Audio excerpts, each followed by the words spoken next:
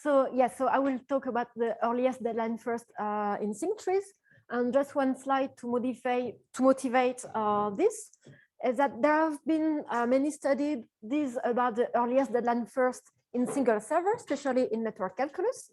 So first there were some works about the optimality of the scheduling policy, meaning that each packet is associated a deadline, and if we can find a scheduling policy for which all the deadlines are satisfied, then the EDF scheduling will also satisfy these deadlines.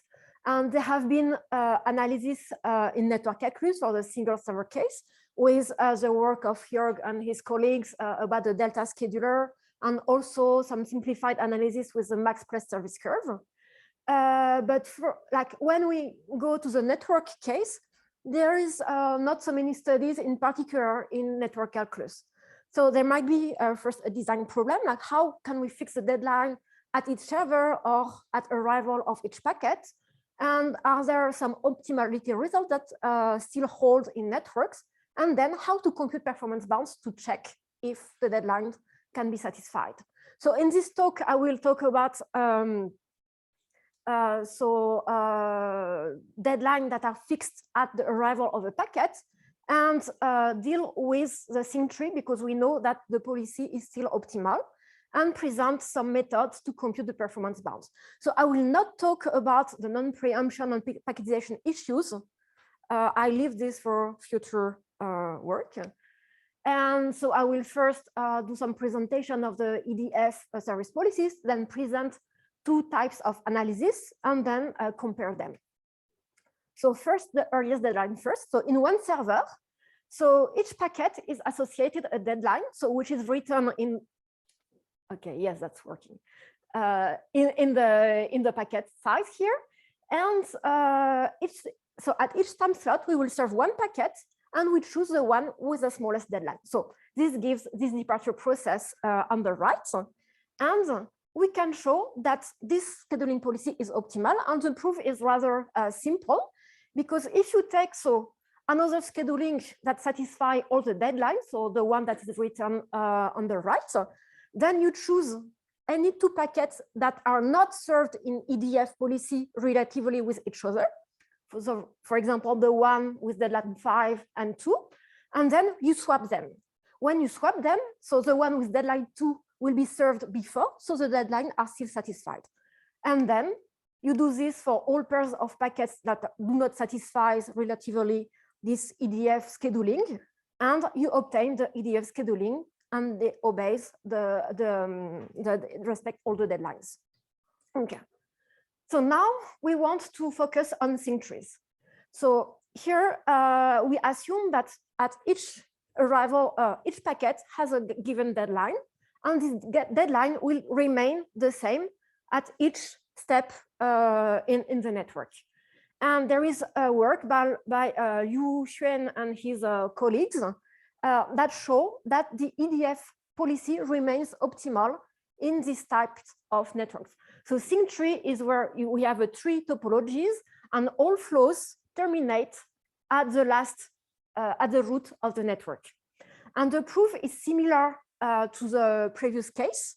So whenever you see that at some step at one server, two packets are not served in the EDF scheduling relatively, you can swap them. Then in the subsequent server, their relative order will be to keep the EDF policy between them will be the FIFO policy. And in the end, the packet with the smallest deadline will be served first. So the deadline will still be satisfied. And you swap every pair of packets that are not EDF, and you're done. So now, what about earliest deadline first in network calculus? So there is a work of Jörg about the delta schedulers, but if you there is an interpretation in terms of stop process and processes after some time. So here for an arrival process A, we will denote by A less than T the stopped process at T. So it's only the arrival before time T, and then the function remains constant.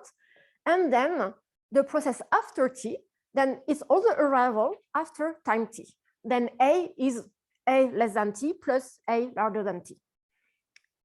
And now, so there is another thing to take into account when dealing with network calculus, because each flow will be associated a relative deadline. This means that when a packet arrives, so a flow I arrives at time T, its deadline is T plus Di. So now we make the difference between the relative deadline and the absolute deadline. And if now we want to have an interpretation in terms of priorities of bits of data, so let us focus on the deadline T here. So the packets of flow I that have deadline T less than T must arrive before time T minus Di. And for flow J, they must arrive before T minus Dj. So this means that from the point of view of flow I, this flow like A less than T minus Di has higher priority than the process of flow J after T minus Dj. And the proof to compute the delta scheduler can be reinterpreted in those terms.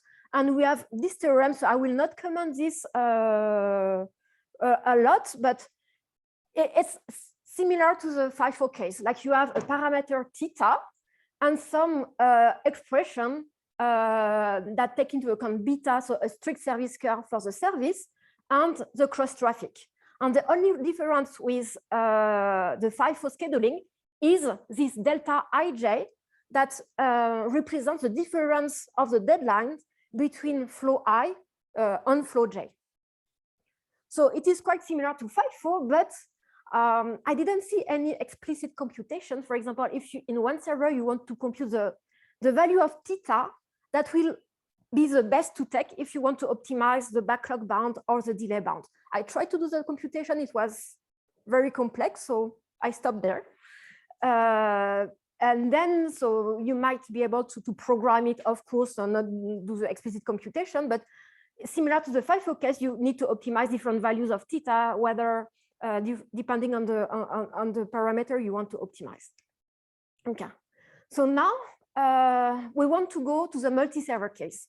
So the first thing we might ask is, okay, can I apply this delta scheduler for a modular analysis?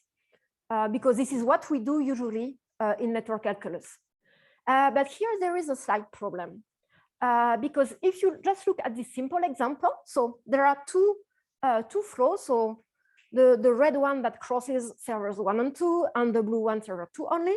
And let us focus on the departure process at server 1, so which will be the arrival at server 2.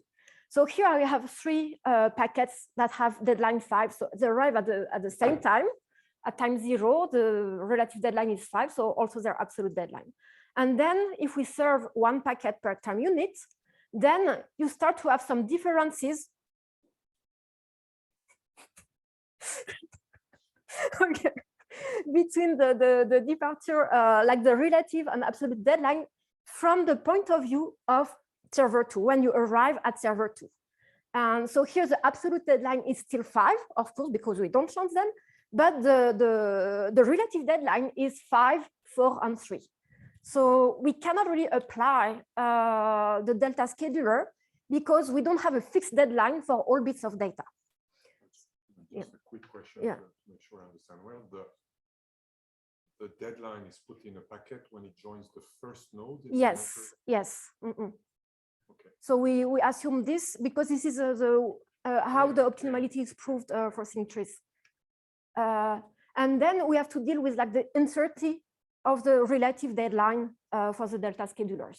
So here, if you just look inside one flow, because the EDF scheduling inside this flow is the FIFO ordering, because the absolute deadline are increasing, then you don't have to do anything. There is no problem here. Then in between flows, so what you can do is that assume, so you can assume that you don't know exactly the deadline, but you know a lower bound and an upper bound. And then you can do the same as before, but replacing so in some parts when you study the flow I, you replace the deadline that is upper bound, and for the cross traffic, the lower bound. So here, for example, if so you assume like some packets that arrive at time u, then you know its deadline is before u plus the I. And then you know that all these packets, that are served, like that arrive from flow j after time u plus di bar minus dj underline, so the lower bound on the deadline of flow j, they will have a lower priority than these bits of data. So you can do exactly the same, but here there's an uncertainty because here you don't know if some flows are some bits of data have lower priority or not. But you can do the same and you have the same theorem, except that you replace the delta by the delta bar. So this would be this service curve would be like useful for like what we call a SFA analysis. When you do separated flow analysis, you compute the result service curve for each flow at each server. But in fact, we already said that the result service curve is a little like FIFO scheduling. So maybe we can also try to have a TFA-like analysis. And here, so I will not go through all these equations, but what we say is that, okay, we have this definition of the delay. So the delay of flow I is at least d if there exists a time such that the departure at time t plus d is less than the arrival at time t. And we add this EDF constraint with some uncertainty on the delta, so on the difference of deadlines. And we do the same analysis, except that here we take into account this difference on the deadlines, but we can compute the deadline, the maximum delay of flow I as an horizontal distance between the sum of the arrival curves and beta. But here, of course, the delay bound will depend on the flow, contrary to what happened in the FIFO case, because we don't have the delta. Okay, but this is a second possible analysis. And now we can combine this analysis for a modular analysis of sync trees.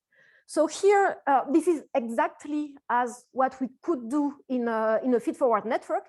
So I put sync tree, but in fact, it would be valid for every feed-forward network. So you just order the servers in the topological order, and then you analyze them one by one in this order. And the only thing that is different from the usual analysis is that you have to update the interval for the deadline, so the lower bound and the upper bound. So the upper bound, because we don't compute a minimal, a lower bound on the delay, will remain the deadline. And the lower bound on the deadline will, at each server, we decrease by the deadline bound at the server for this flow. But otherwise, it's the same analysis as in the previous, as the usual network calculus.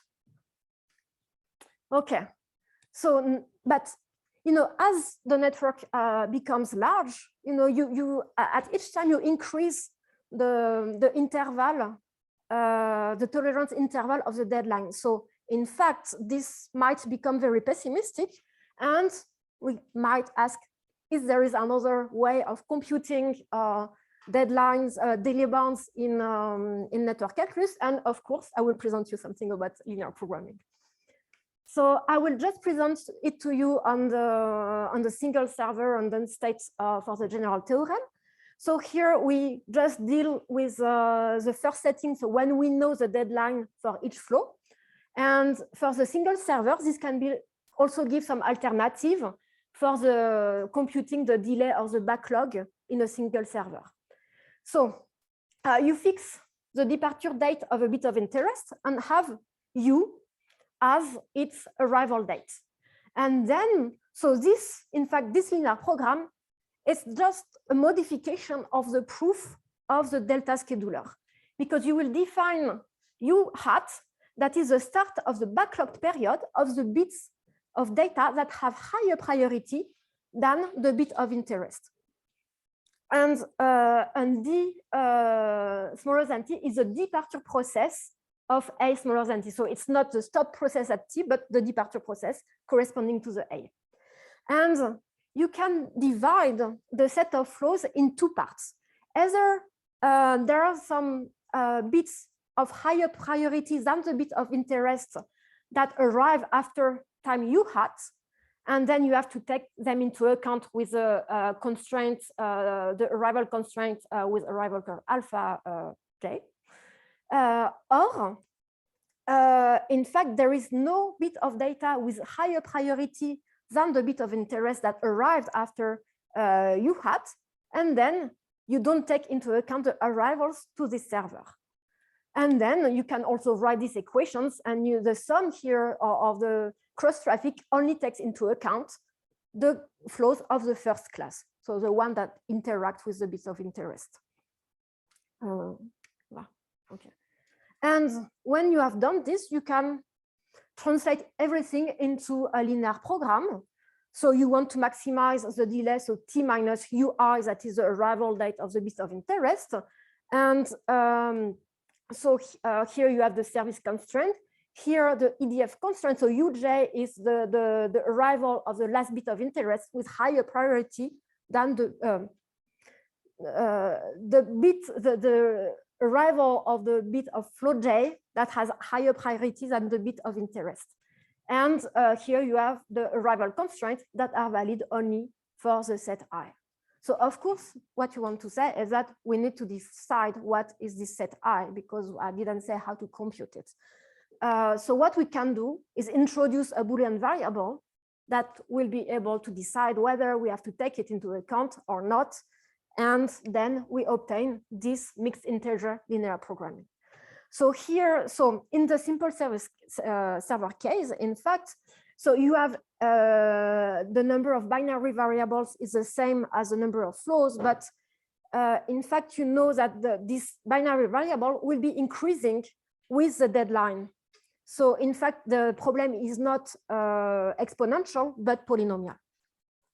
And when it comes to analyzing a sync tree, so you can write the same type of linear program, and you have like the number of variables and constraints are polynomial in the number of flows and of servers. But here you also have like n binary variables, so one for each flow. So then these ones, you don't really know how to order them, so the algorithm might be exponential.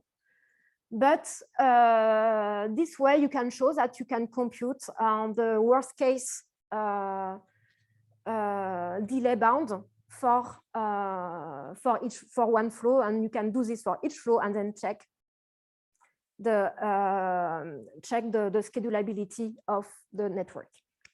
Okay, so now I will just go to some numerical experiment to compare between the modular approach and the linear programming approach. So first example, the sync trees. So here I have like n servers in tandem, and all flows start at a different server and end at the last. So we set some arrival curves and some service curves that will depend on the load of the network, and we generate some deadlines independently. And for each point here, there is a 100 set of deadlines, and we want to check whether these deadlines are met for all flows, and compare the proportion for linear programming and for modular analysis. So what you can see is that when the number of servers increases, then of course with the load, the schedulability, the ratio of schedulability decreases, but still most of the deadlines are schedulable. Like you can show it with the linear integral programming method, but with the modular approach, when the server number of servers becomes large, like that, you cannot show it is schedulable. And okay, then you can also ask another question like how much, what is the bandwidth that is required so that the deadlines are satisfied. And so this is the ratio between what is needed with the modular approach and what is needed with the linear programming approach. And you see that this ratio is increasing with the number of servers. And then you can do the same for the sync trees. So here I have a binary sync tree. And so the same type of experiment, like we want to know the ratio of the bandwidth that is required so that the deadline is schedulable. And we see that here, if you just look at the average, it is increasing exponentially with the tree depth. And you have also some large like outliers, like some bandwidths are required are more than 100 times what would be required when you use a linear programming analysis. Okay, and then just in time to conclude. So what we did here is that we presented some ways to compute EDF delay bounds to check the schedulability. As I said in the beginning, so I don't address the packetization or non-preemption issue. In fact, EDF, if you just give a set of deadlines in advance, is not optimal anymore, by the way. But still in network calculus, we should be able to handle this by just removing the maximum packet size from the service curve and obtain some delays. Of course, the tightness will be lost, but bounds should be valid. And then, okay, the other maybe future work will be to go to other topologies, but there keeping the same deadlines for all the flow might not be a good solution, because if you have short flows that exit early from the system, you might not want to give them a high priority that would be reflected by the short deadline that they could have. And then how could we define that deadlines at each step of the network so that we have a good scheduling? Thank you. Thank you.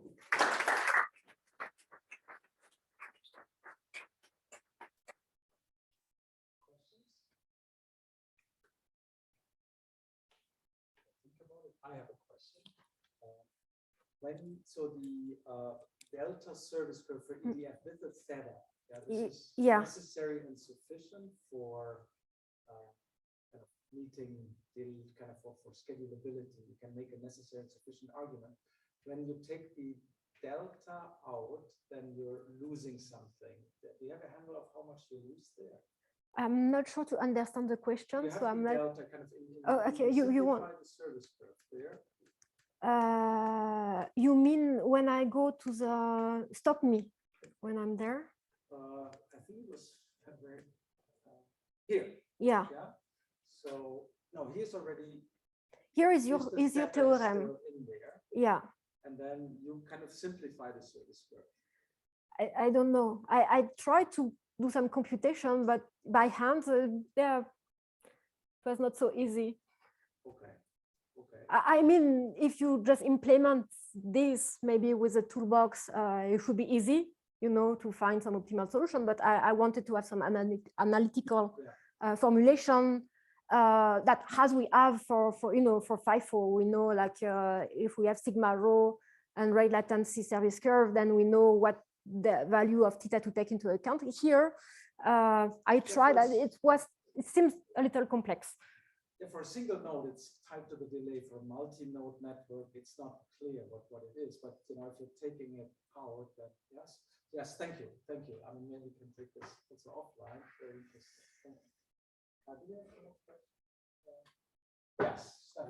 Maybe comment, I don't know, right? But if you take out the beta, then it's like comparable to comparing outer multiplexing left over to 5-4 properly. You lose the same here as in that other without switch. That's intuition I have. But I also have a question. I didn't quite catch why going to the T. No, I mean it was not taken out, but it was replaced by delta bar in here. So it was not taken out. I don't want to imply that. It was just. I didn't catch it right. Thanks. And that's my interpretation. You have delta bar in the following equation. Yes, I replaced the delta by the delta bar. So you lose something because. Yes, that was exactly my you lose something because you have some kind of uncertainty. So you increase the delta. Yeah, it's like my attempts for modular analysis. Might not be perfect, but yeah. I would ask, I didn't catch the motivation to go for TFA, but I have the suspicion it's because you cannot have subsequent leftover operations. Can you repeat the question? Okay, so the question is about the TFA analysis. So my motivation for it was, sometimes TFA or TFA++ is better than the SFA. So here it's just TFA. I don't take into account some shaping curves, not yet. But my guess was, if you can have better delays that can improve the output process of the subsequent nodes, then you will improve the uncertainty of the deadlines, and then improve the results. Then you can continue this after the session, and I encourage you to do so. Let's thank Anna again. Okay, sorry. So the next speaker is